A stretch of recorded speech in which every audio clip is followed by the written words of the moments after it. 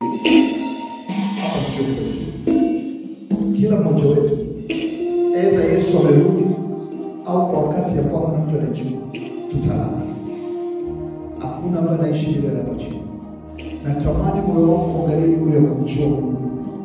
Wakati una nguvu, wakati ambapo unapumua, kuna siku utalazwa hospitali, utatamani kuinuka uwezi. Kuna siku utatamani uinue miguu, haiwezi kuinuka. Wewe kama maamuzi moyoni mwako, nimekubali kumfuata Yesu.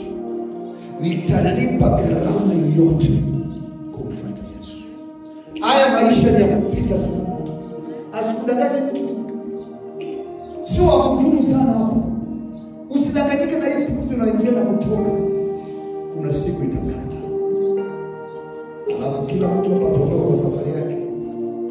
Ninatamani siku hiyo tunakuaga, Bwana Yesu akupishe karibu nyumbani. Umefanya kazi nzuri. Ulikuwa mhubiri injili mzuri. Ulikuwa mwimbaji mzuri. Ulikuwa mwimbaji mzuri. Karibu nyumbani. Njoo pumzike. Natamani usiwe mtu ambaye Yesu akikuona anakusikia unanuka mavi.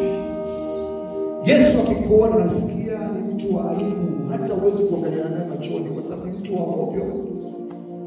Amua kulipa gharama za wokovu wako. Amua kuishi maisha ambayo Mungu amekuita.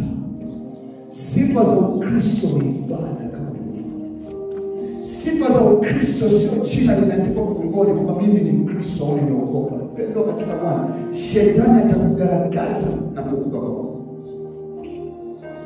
Natamani moja ya vitu ambavyo Mungu aliongeza katika amri ya kwanza, mimi ni Bwana Mungu wako, usiwe na Mungu mwingine. Mpe Mungu nafasi ya kwanza kwenye maisha yako, naye atakupa nafasi ya kwanza katika mambo yako yote.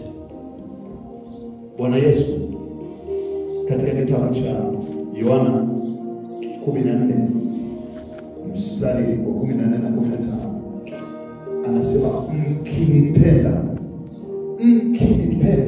mtazishika.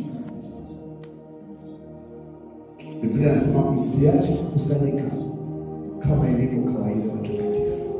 Tabia mojawapo ya watu wanaitwa watakatifu ni kukusanyika pamoja.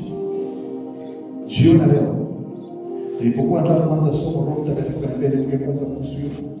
Nikutie moyo kwamba tuna safari nyingine. Hatujafika mwisho bado. Wokovu wetu sio kwa haya na walipika magari machumba. Wokovu wetu ni kwa ajili ya uzima wa milele.